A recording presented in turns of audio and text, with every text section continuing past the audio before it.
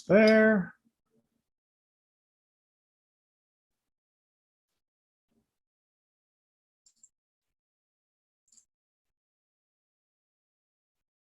There we go. Looks like things are working as expected. Let's keep it on that size. Just makes it a little bit easier to read more than one line at a time without having to scroll too much.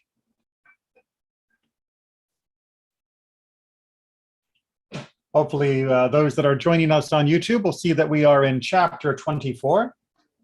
Those of you joining through Zoom, well, you already can see that we're on chapter 24. And if you're going to follow along on Sepharia, then that's wonderful. If you're going to use any other edition, then chapter 24 is where you need to be. And for those of you that are used to the text of Misphatim, this week's Torah portion, you may be a little surprised. Many times in the past, we have discussed the different halachot, the different laws that are contained in the mitzvot, the commandment of this amazing chapter or amazing parasha of the Torah, which gives so much of an insight into a wide range of how Torah will guide our lives. But chapter 24 doesn't. Chapter 24 has a very different theme.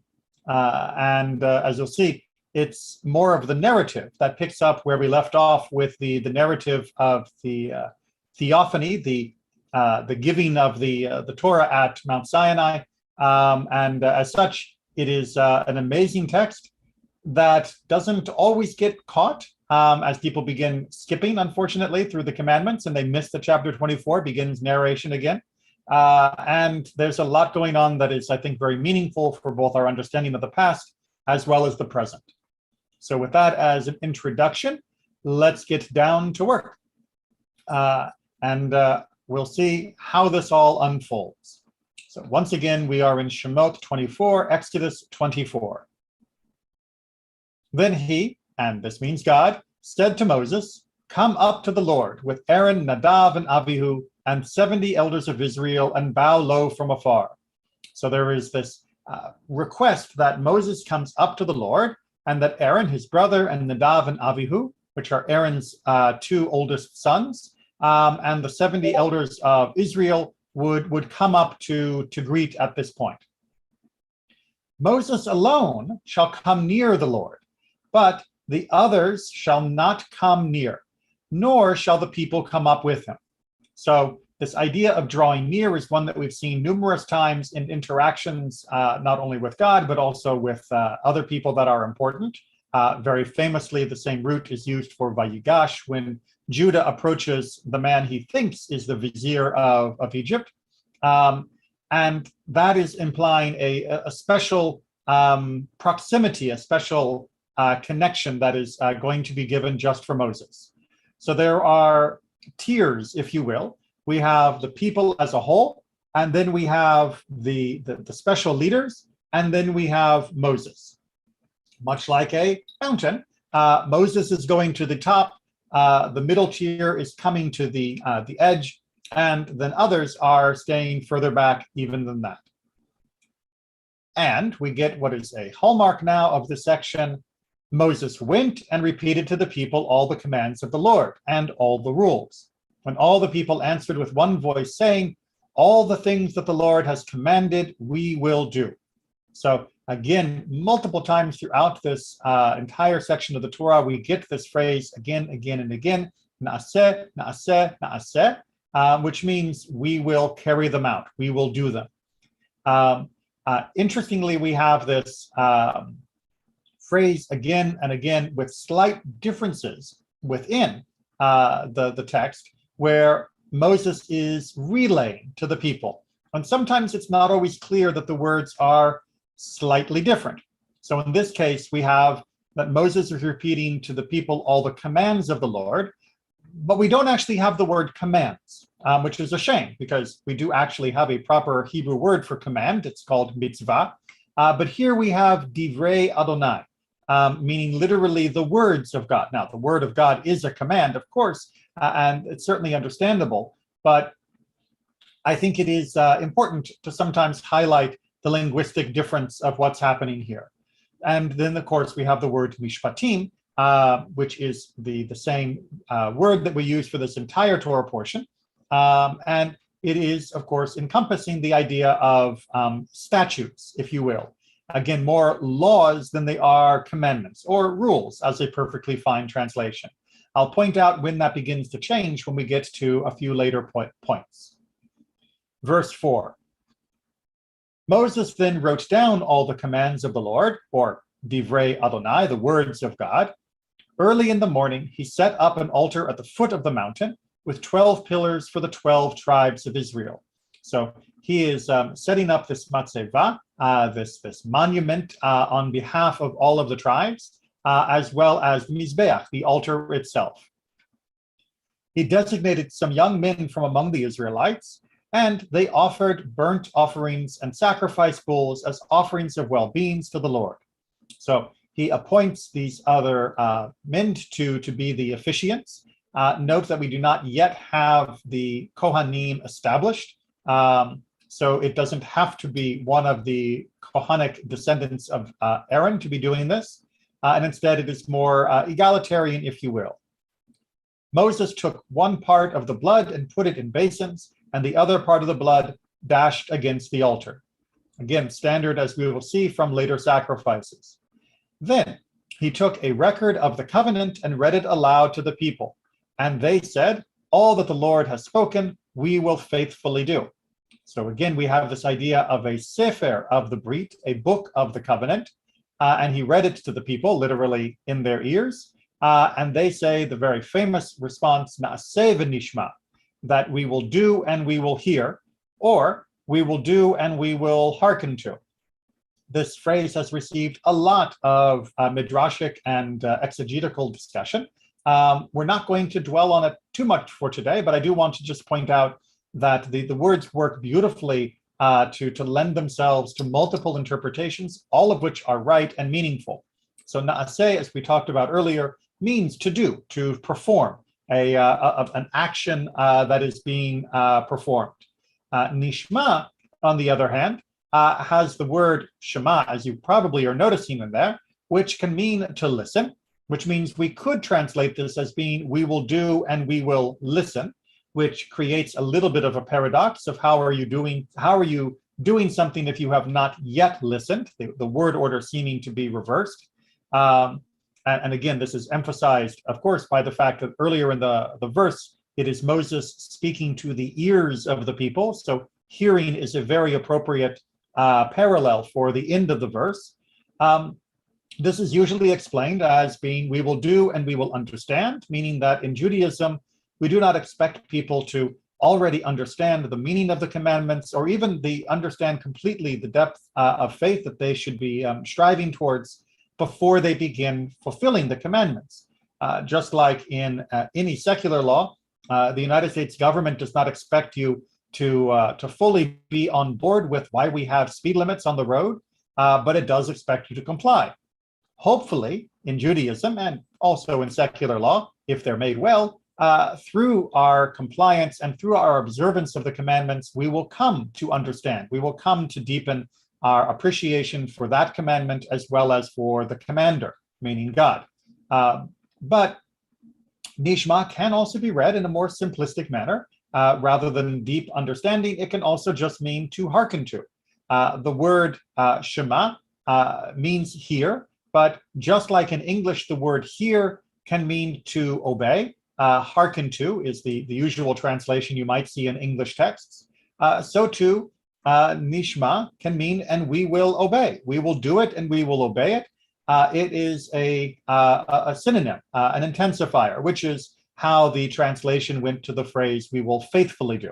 Not my favorite version, but certainly within the realm of possible. So this definitely is an intense form of agreement to the observance of the commandments. Moving on to verse 8. Moses took the blood and dashed it on the people and said, "This is the blood of the covenant that the Lord now makes with you concerning all these commands." So some of the blood was on the Mizbeach, on the altar, and as such, it represents the godly part of the covenant, and some is now being sprinkled on the people, and that represents the human element of the covenant, a covenant being a binding agreement between two different sides. And in this case, the sprinkling of the blood is symbolic of the agreement of both sides to be bound by that covenant.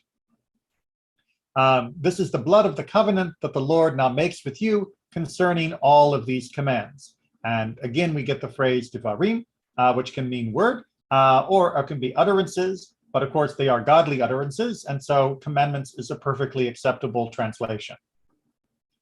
Now we get into the travelogue. Then Moses and Aaron, Nadav and Avihu, and the 70 elders of Israel ascended. And they saw the God of Israel. Under his feet there was the likeness of a pavement of sapphire, like the very sky for purity. Yet he did not raise his hand against the leaders of the Israelites. They beheld God, and they ate and they drank. Okay. Again, we are not going to dwell too much on this particular section, although I highly recommend that you look through the commentaries for more in-depth understanding, because it certainly seems like the people are sitting down to a meal with God at the head of the table. And while that is a perfectly understandable interpretation, we have to recognize that God does not have a physical form. God does not have feet. God cannot be sitting in any way, shape, or form. So instead, what is happening here is that the elders and Aaron, Nadav, and Avihu, as well as Moses, are having this spiritual moment of sealing the deal, that are finishing this covenantal creation with these people acting as the chosen representatives of the nation. And in the process, they are experiencing God being with them. Now, you'll notice at the end of this, the description is that they are eating and drinking. This is something that might seem a little surprising. If they are in the presence of God, how can they be having lunch? It seems a little bit unusual. And yet, it is primarily, and as we'll see, mostly, to draw a distinction between their experience of God and the experience that Moses is going to have. Because, as we'll see very explicitly, Moses will not be eating or drinking when he is in the company of God. And that contradistinction will be very important. Everyone with me so far? Any questions or comments up to this point before we turn back to Moses specifically? Okay, verse 12. The Lord said to Moses, "Come up to me on the mountain and wait there. I will give you the stone tablets with the teachings and the commandments which I have inscribed to instruct them." So again, we're talking about rules, but here we get a different word than what we have been using so far. We've been using the word divrei Elohim or devarim, the words for words, but now we get to the word ha-Torah. Now, the word Torah literally does mean teaching or instruction, and it is followed by the word v'ha-mitzvah, and the commandment. Now, you'll note that both of these are in the singular in the Hebrew, but they are in the plural in the translation. This is a common translation choice to try and reconcile what seems to be a bit of an incongruity. He is going to receive the instruction and the command. Well, we've had a whole chapter or a whole book, parashah would be the right word, a whole section of the Torah full of commands. Why would this be in the singular? We know the instructions are going to be multiple. Why would that be in singular? Well, of course, what we are looking at here is probably more than just a set list. There is something deeper we should understand about the words Torah and mitzvah that are in the singular here. That is something we will touch on during our commentary. So I just wanted to highlight them, that they are a little bit surprising in their grammatical form, and that anything surprising means we should pay it a little more attention. Now we also can see in verse 12 that it is going to be these tablets, these luchot ha'even, these stone tablets that are going to contain the contents, whatever that may be, and that these are rather unusual because they were written by God. God is the one who actually wrote them. And by wrote, we do seem to get the proper verbs for not merely dictate, but actually inscribed, as the translation renders it. Verse 13, so Moses and his attendant Joshua arose, and Moses ascended the mountain of God. To the elders he had said, wait here for us until we return to you. You have Aaron and Hur with you. Let anyone who has a legal matter approach them. So there is, of course, this putting Aaron and Hur in charge in the background while Moses goes up. Of course, we know how well that works out with the whole golden calf incident, but that's not our focus for today. Verse 15, when Moses had ascended the mountain, the cloud covered the mountain. The presence of the Lord abode on Mount Sinai, and the cloud hid it for 6 days. On the 7th day, he called to Moses from the midst of the cloud. Now the presence of the Lord appeared in the sight of the Israelites as a consuming fire on the top of the mountain. So we get this Moses going up. There is a cloud for 6 days. On the 7th day, he is being called to. And at the same time, everyone else outside is merely seeing a cloud with some form of eating fire, of this fire that consumes at the top of it. Moses went inside the cloud and ascended the mountain, and Moses remained on the mountain 40 days and 40 nights. All right, so this is, of course, the very famous idea of Moses being up on this mountain for this time period. And it is a very, very long period. In fact, it is a superhuman period, especially as we know from other psukim, other verses, that during this time Moses is not eating and Moses is not drinking. However, you may have also noticed a slight incongruity of the timeline, which is to say that Moses goes up the mountain, there are 6 days, and then he is called, and then he ascends, and there are 40. So is it 6 plus a call plus 40? Is the 6th and the 7th day calling part of the 40? Are these sequential? Are they inclusive? Why would there be this 6-day period singled out from either before or during the 40-day period? These may be questions you never ask yourself, and those are the ones I like to answer best, because hopefully this will awaken a deeper appreciation for the text in ways that you wouldn't have stumbled onto on your own. So that is going to be part of what we need to uncover. What exactly was the purpose of this calling? What exactly was the purpose of Moses going up? What was he receiving? And why this whole 40-day period? Before we jump to our commentators, however, I'll just give you a chance if there are any questions or comments that you would like to make. Not seeing anybody on YouTube asking anything, and looks like we're all good on Zoom, so let's go ahead and jump into our commentary.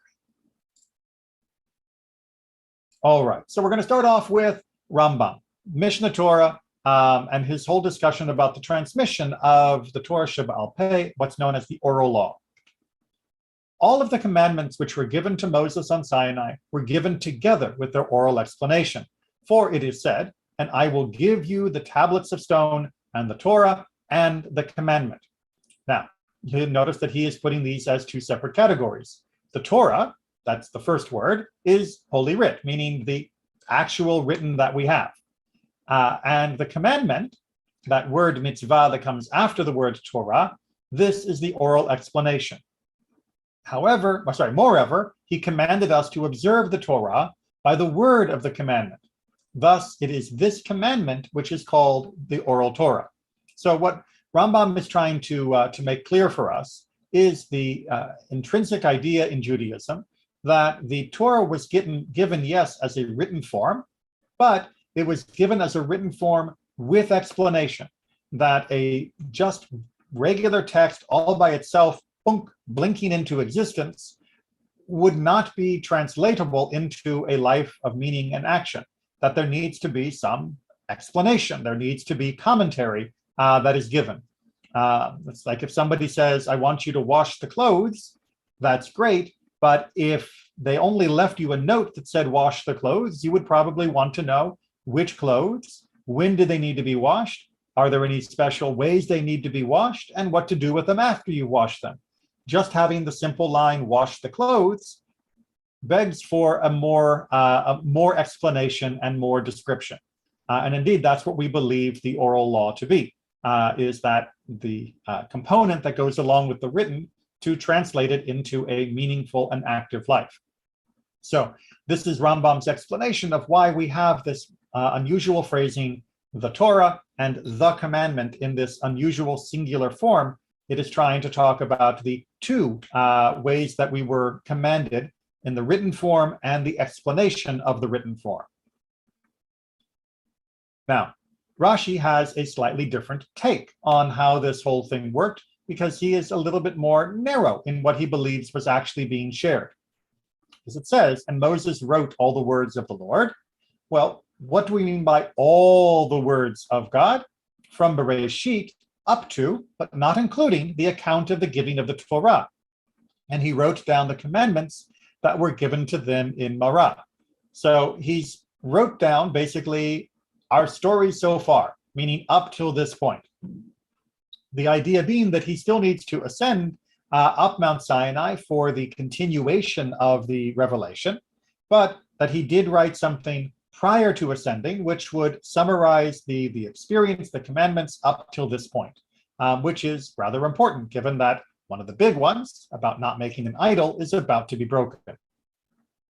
And then when it says he rose up early in the morning, Rashi begins us down our question of, well, when exactly was that? And the answer that he comes up with is on the 5th of Sivan. Now, that may seem like a rather oddly specific number, but it is a very important number. This is how we know when the holiday of Shavuot is meant to be observed. And as we'll see, it has a significant connection to the rest of our calendar as well. So for the moment, just keep that as a little Rashi placeholder. All right. Any questions or comments so far? It's not especially complicated or controversial, but I wanted to make sure we had some of these basic points laid out. Okay. Moses read out the contents so that the people would know what they had committed themselves to. Only by knowing the contents would they be prevented from violating the commandments inadvertently. So going back to the middle of our chapter, where Moses is instructing the people in the words that God gave him, and the people are saying, Na'aseh and Na'aseh v'nishma, that yes, we will do this, we will follow the commandments and the covenant. Chizkuni wants to help us understand if they've already agreed, as indeed they did in the last week's Torah portion, to the commandments in general, in principle. If they've already agreed to the covenant without more detail, then why is this recitation needed? They are bound to it, right? They signed on the dotted line without reading all the terms because they hadn't been given yet. So why should it be explained now? They're already on the hook. Well, of course, it's not about us being on the hook that is such the important part of this. It is about us having the commandments so that we can fulfill them. And what would be worse, says Chizkuni, than us having pledged ourselves to God and to keeping the commandments, than for us to not have them and thus end up violating them inadvertently without knowing that we were violating them. So there needed to be an accounting, especially as Moses is about to depart for a 40-day hiatus.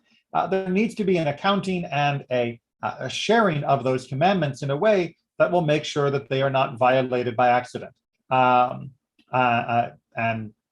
that's unfortunate, because that means they are going to be very liable when they violate the commandments on purpose, when they are building a golden calf. Chizkuni then also loops us back to this question of timeline, these 40 days and 40 nights.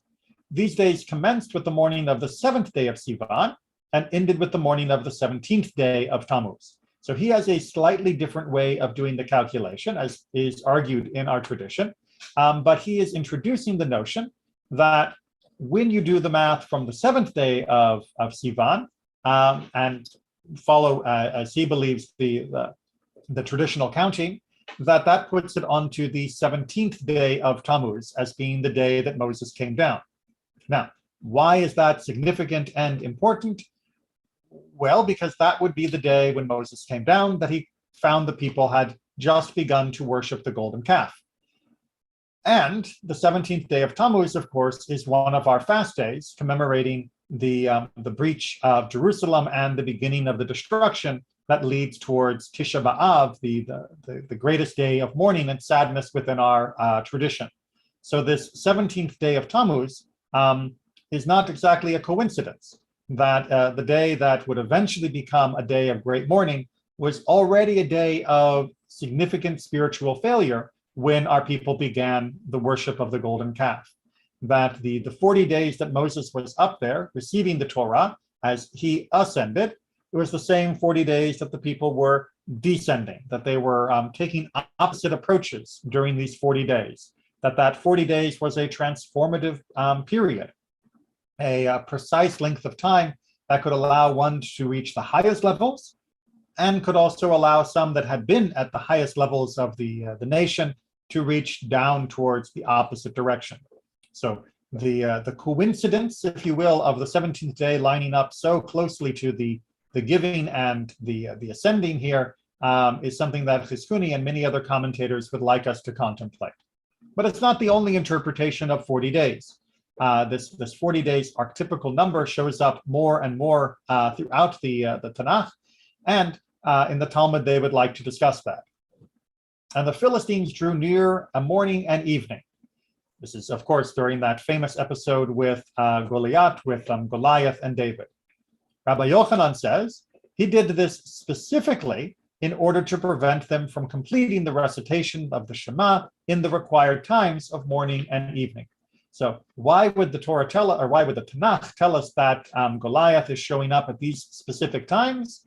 It's not coincidence. It's because he was deliberately trying to sabotage our observance of the commandment of the recitation of the Shema. And if this is reinforced with the idea, and Goliath presented himself 40 days. Rabbi Yochanan says, why 40 days, right? Why would the Tanakh make this as its point? These days correspond to the 40 days over which the Torah was given, as he wanted to do away with it. So what the Talmud is trying to say here is that it is not merely a battle between David and Goliath, between one nation and another nation for control of territory or who is going to be top dog, that this was a religious struggle. This was a spiritual struggle that the Philistines, even before they became a byword for barbarism, represented the antithesis of Torah. They represented wanting to do away with the commandments that had been given and shared for the betterment of the world at Mount Sinai. And as such, they were deliberately sabotaging the Shema and deliberately paralleling the giving of the Torah. Again, 40 days to receive the Torah, 40 days to undo the Torah. It is meant to be a mirror, if you will, for the experience that Moses had. Now, before we go on with that experience and getting into more of those 40 days, I just want to pause again and see if there are any questions or comments. Not seeing anyone typing on YouTube and not seeing anyone unmuting. Let's carry on. Get that all on one page, good. Rabbi Joshua, son of Korcha, said, 40 days was Moses on the mountain, reading the written law by day and studying the oral law by night. Again, taking after Rambam, who was, of course, channeling the teaching of prior sages, this idea that it was both the Torah as well as the oral Torah that were being studied during these 40 days. After the 40 days, he took the tablets, meaning of the law, and descended into the camp on the 17th of Tammuz, as Chizkuni agrees, and he broke in pieces the tablets and slew the sinners in Israel. We know this was the golden calf incident. He then spent 40 days in the camp until he had burnt the calf and powdered it like the dust of the earth, and he had destroyed the idol worship from Israel. And he instituted every tribe in its place, meaning he organized the camp to try and prevent this type of chaotic idolatry in the future. And on the new moon of Elul, the Holy One, blessed be he, said to him, "Come up to me on the mount," taken from our text in chapter 24, "and let them sound the shofar," the trumpet, throughout the camp. For behold, Moses has ascended the mount, and so that they do not go astray again after the worshiping of idols. The Holy One, blessed be he, was exalted with that shofar. As it is said, God is exalted with a shout, the Lord with the sound of the trumpet, taken from Psalm 47. Therefore, the sages instituted that the shofar should be sounded on the new moon of Elul every year. And of course, the new moon of Elul is the beginning of the process of our tshuva, of our repentance, as we come close to the month of Tishrei, as we come close to the month of Rosh Hashanah and Yom Kippur. So again, we're seeing a pattern played out here where we have 40 days up, 40 days down, 40 days in the camp dealing with the aftermath of the idol, and then up again at the beginning of Elul on the 40 days, which, if you're thinking ahead with your math, means that the final conclusion of that 40 days would be on Yom Kippur, that would be the final resolution to this whole escapade of both receiving the Torah, breaking the tablets, figuring out how to prevent it again, returning for the second tablets, and then returning back to the camp on that final day of acceptance, which would be Yom Kippur. So that the drama that was happening during this time is replayed every year as we go through this cycle of the calendar. And the blowing of a shofar on Rosh Chodesh for Elul is something that we continue to do. Is not just a warning that Rosh Hashanah is coming up, it is also meant to be a reminder of the mistakes of our past, the biggest here being the golden calf, but even more than the reminder of our mistakes is a reminder of God's forgiveness, that God was willing to allow us to repent and return to do tshuva from that time in order to reconnect as we would. And if God is willing to overlook the crime of the golden calf with our proper tshuva, then so too with our proper tshuva in the modern days, God is willing to accept us back. So use these 40 days between the beginning of Elul and the day of Yom Kippur wisely. Know that you are welcome and will be received if you are returning. So it's nice, I believe, to always have that feeling of participating in the drama of Mount Sinai every year when we come through this time of the calendar. Any questions or comments before we move on? Okay, so we're going to do a little dip into Kabbalah with the Zohar before we finish off with our final text. But Rabbi Elazar noted that in one place it is explained as enjoy and in another eat. What is the difference? He responded, woe to the righteous who do not have as much merit. They enjoy the splendor, though they do not understand everything. However, the righteous who merit the divine splendor eat until they grasp it fully. Food and drink refer to this feast and eating alone. From whom do we know this? From Moses, as it is written, he didn't eat bread nor drink water. Why so? Because he ate another meal, which is the supernal splendor. The meal of the righteous in the future will be in that manner. So what the Zohar is trying to hint at here is that the speaking of the food for the elders was to limit them, to say that yes, they were enjoying the splendor of God, but they were doing so in a more limited, material, and without as much understanding as Moses would experience. And thus Moses did not need food and water because he was partaking of a different type of meal, a spiritual feast, if you will, and that is ultimately the meal of the righteous in the world to come. And that is the way that we will be sustained. Anytime somebody says, oh, in heaven you get to eat your favorite foods, if you're thinking ice cream, it may be as pleasurable as ice cream seems to you in this world, but it will not actually be physical ice cream, just like Moses didn't need to eat physical food either. All right, but let's get to the main course, which is I think, very insightful breakdown of this whole episode with a number of different important ideas and takes on it that is brought to us by Rabbeinu Bachya. Excuse me. He called Moses on the seventh day. This was the day after the Ten Commandments had been given on Mount Sinai. Moses then remained on the mountain for 40 days and 40 nights, as we know from verse 18. The 6 days during which the mountain was enveloped in cloud were part of these 40 days, going back to our initial question. You might ask that seeing that Moses remained there and did not descend until the 17th day of Tammuz, why did the Torah have to give us this statement about God calling Moses once more while he was already on the mountain? Remember, I tried to highlight this at the beginning, that it says that Moses went up, there were 6 days, and then on the 7th day he was called, and then he went up further, and that this was and then we had our conclusion of our 40-day period. Why have this double calling of Moses? Well, in the first chapter of Yoma, in the Talmud, we have 3 different opinions.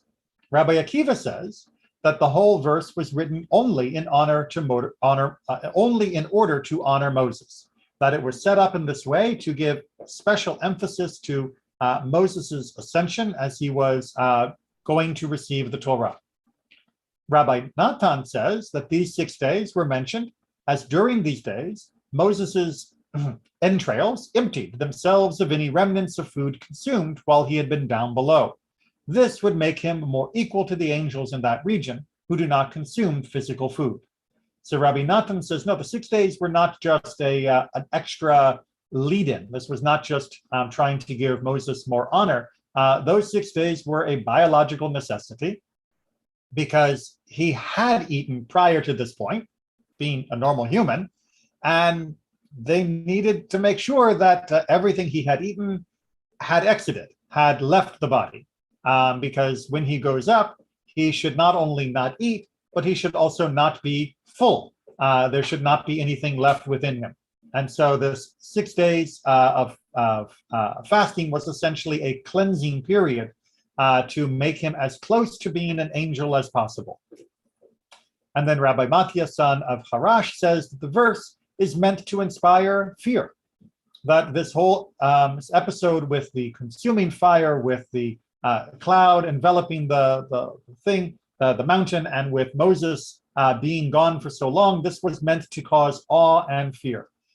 Torah can be given only to someone who relates to it from feelings of awe, sweat, and fear. We know this from Psalms 2, serve him out of feelings of trembling and fear. Now, this whole notion of trembling, fear, and awe often gets very confusing for people in the modern world who only think of fear as a purely negative emotion.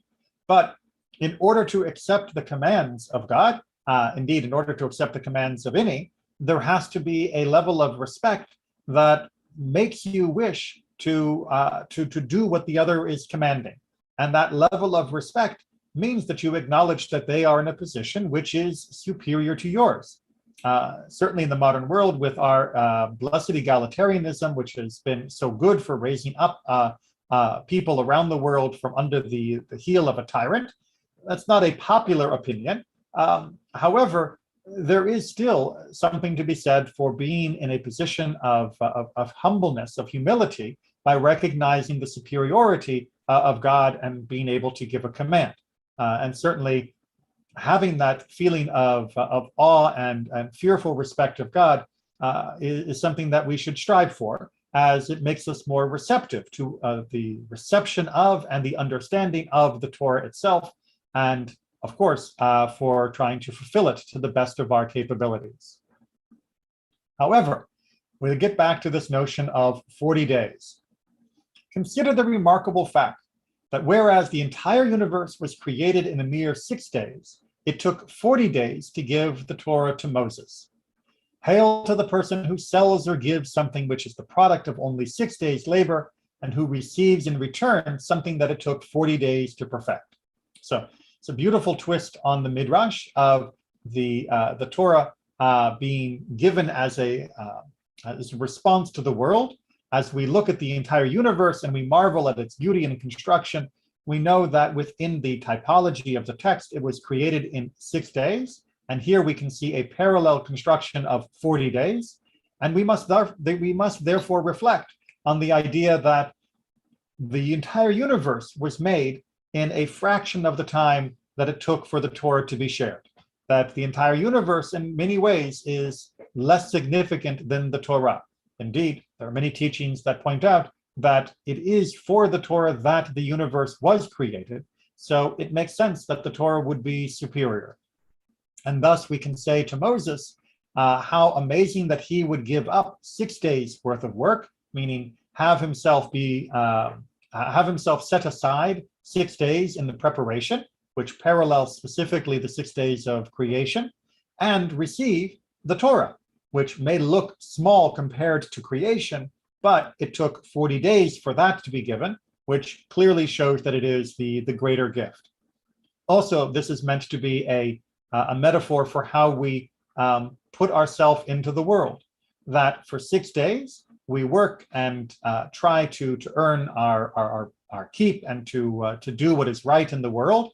And then on the 7th day in particular, we are able to reenact in our own small way the giving of the Torah through our Shabbat observance, and especially through our Shabbat service.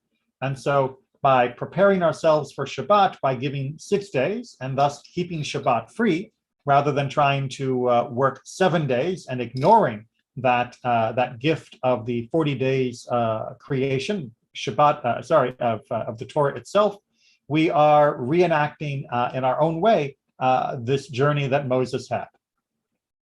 But what was that journey? Well, Bachia finishes us off. I believe that the number 40 is an allusion to the maximum spiritual intellectual accomplishments which it is given to the human species to achieve.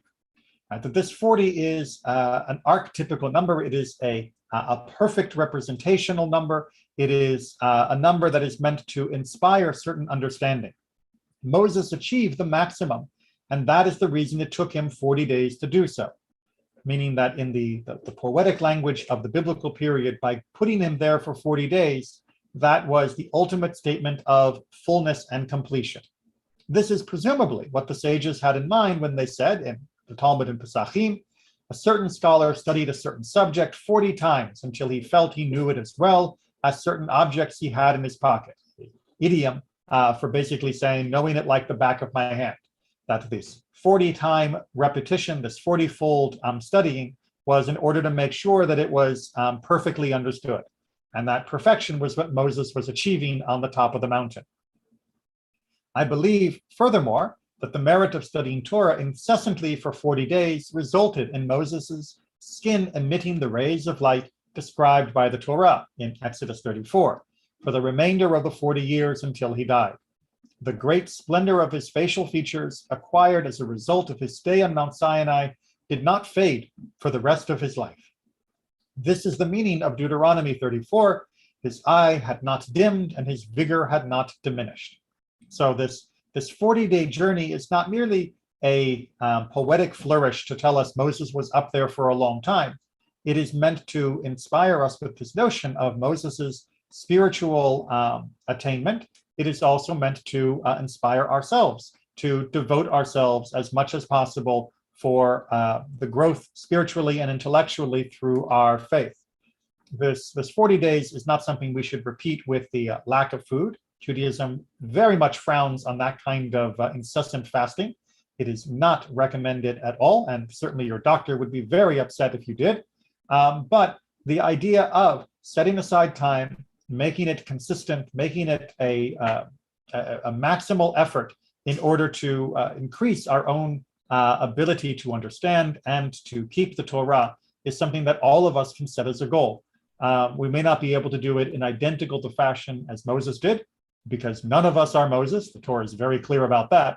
But we can labor in our own way to try and ascend the mountain in our own time and to the highest degree possible. So hopefully that reinforced for everybody who has taken time out from their busy day to study today, and encourage you to continue to study. Like I said, we are only touching the tip of the iceberg, or the tip of the mountain, for everything that needs to be said about chapter 24. Go back to Sefaria or any other resources you have and continue to study and see how high up you can get. But I do want to finish with time for questions or additional comments. Rabbi, just a quick thing. I didn't want to bring it up before because I didn't want to interrupt. But back when we were talking about Nishma that hearing and how we saying Nasa before Nishma, and what does Nishma really mean? I just want to say that Nishma, and the way I think, part of the way you were talking about it, is a big part of our vernacular in English. We've all had the experience where somebody's trying to make a point to you, and when you want to say to them, not just that you just heard the literal words they say, but that you get their point, you say, yeah, I hear you. So that's what that's all I wanted to say, that I think we every day use here in a larger sense than just I heard the words you said. That's absolutely. And it goes to the way that languages, both Hebrew and English, encourage us that if we are actually listening to a person, if we truly hear them, then it's not just a physical experience, it changes the way we're going to behave. And you're right, we do emphasize hearing in that way in vernacular English all the time. I hear you, I hear you.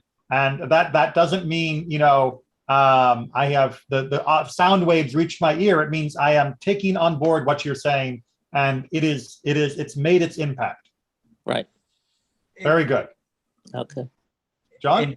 And building on what David said, I find it disconcerting because after we have that scene with Moses writing down all the words of the Lord, the people hearing it, the people committing, then we end the chapter with Adonai saying to Moses, oh yeah, there is more. That is a certain amount of disconcerting uncertainty, but it's there then throughout, and really throughout Tanakh, that there is still more that we need to be aware of. And then finally, the one thing out of Tanakh that with 40, when I think of 40 days and 40 nights in Horeb, Eliyahu, of course, right. Elijah's great trip, and there's a certain implication that the 40 days create a certain type of spiritual closeness that Moses had, Eliyahu had, so therefore the Prince of Prophets, and just that connection. But really what struck me is it's the first mention of the Torah, the words being written down, the people making a commitment, but then the ending of, but yet there's more. And that is the point, is that the brit, the covenant, is an open-ended commitment. Yes, we had a good idea of the general outline of what we were committing to, and more importantly, to whom we were making that commitment. But we had to expect that there would be more detail as time went on. And indeed, even with the closing of the Torah, even with the end of Deuteronomy, we still know that there will need to be yet there's more, as we need to apply it in different times, in different situations. So yes, the Torah continues to be a living and growing document as we take it and use it in different places, different times, and different situations than the original context that it was given in. And that's something that we'll be talking about a little bit more on Thursday night at 7, when I continue and conclude my discussion about Sheilot Tshuvot, about the responsive literature. And this time we'll be looking at women as Edim, as women as witnesses. Mm-hmm. And this idea of expanding or contracting the application and interpretation as a continuing part of our observance of Torah will play a big part of that conversation. All right, well, thank you all for joining me and studying. And I will see you all either tonight for Mishnah, tomorrow for Pathways, or tomorrow for the questions of women in Jewish law, or maybe on Shabbat. Make it to that 7th day. Take care, everyone, and be well.